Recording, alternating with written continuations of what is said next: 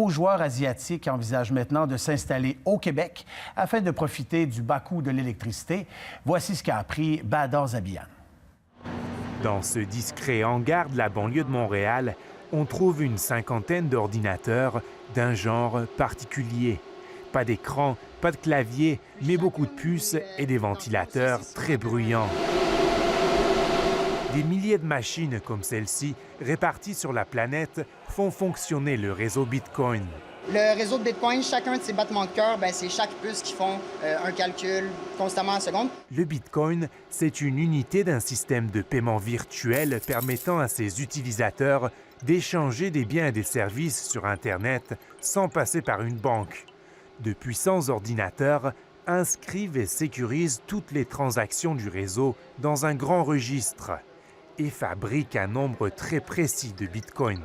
Chaque propriétaire qui met sa machine à disposition du réseau reçoit une petite fraction de Bitcoin.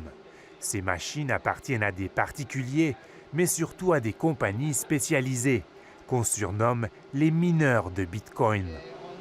Et pour ces derniers, les affaires sont bonnes. Le cours de la monnaie virtuelle a explosé cette année. Évidemment, la rentabilité dépend beaucoup des cours. Avec les cours aujourd'hui, une machine va rapporter environ 600 $ par mois. Jonathan est l'un des seuls mineurs de Bitcoin au Québec, mais il pourrait avoir de la compagnie. Une dizaine d'entreprises asiatiques ont contacté Hydro-Québec ces derniers mois. C'est des gros joueurs. Le Centre Bell à Montréal consomme l'équivalent de 5 MW de puissance. Les joueurs qui nous contactent, ça peut être de 5 MW à jusqu'à plusieurs centaines de mégawatts d'énergie.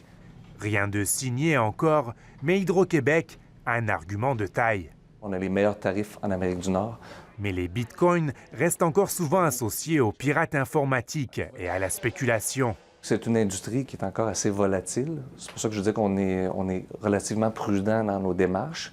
Mais on voit quand même aussi qu'il y a de plus en plus, c'est une industrie qui s'établit.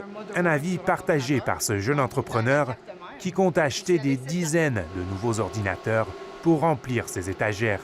Ici Badar Zabian, Radio-Canada, Montréal.